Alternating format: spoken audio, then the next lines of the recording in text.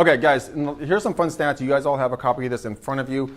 We wanted to make sure that everyone kind of knew what the market was doing. So here, we see the statewide sales are off by about 5.5% year over year. We started to see this decline in August 18th of last year is when we started seeing the market take a dip down. My father, Terry McDaniel, has been in the business for 47 years.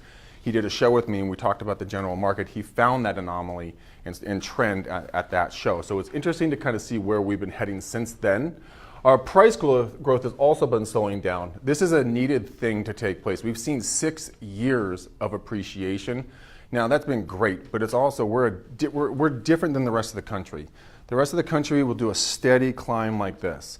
We do hard ups, hard downs, moderate ups, hard downs, big ups. It's always shifting and changing, okay? So, can I just say that's not always a bad thing either? And you can hold it. And it's not always a bad thing. In California, I do a lot of research throughout the country and throughout here in California and in other parts of the country. Yeah, the houses are worth a lot less than they are here. 150, 200,000, 250.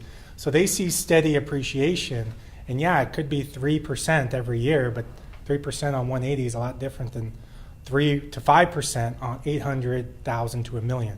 So we're in a unique position where it does go down, but when it hits the highs, that's where in California you really start to see. Do you know what's contributing to the slowdown in California?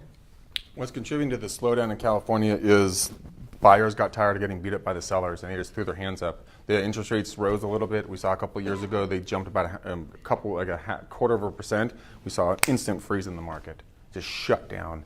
And so when the market rates went up with miles for the mortgages, the prices stalled out. And we're seeing them stall out in the upper altitude price ranges as well. We saw a lot of our properties in the $1, $2 to $5 million home prices. The affordability in that upper echelon price points, the air is very thin up there for people affording that. We're seeing down in the 6 to $1 million, we're seeing them just fly off the market.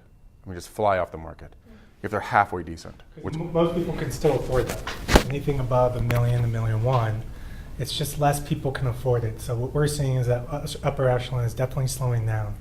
But 600 to 800,000, 600 to $1 million, there's still a lot of buyers with combined incomes that can afford, and those we're still seeing a little bit quicker.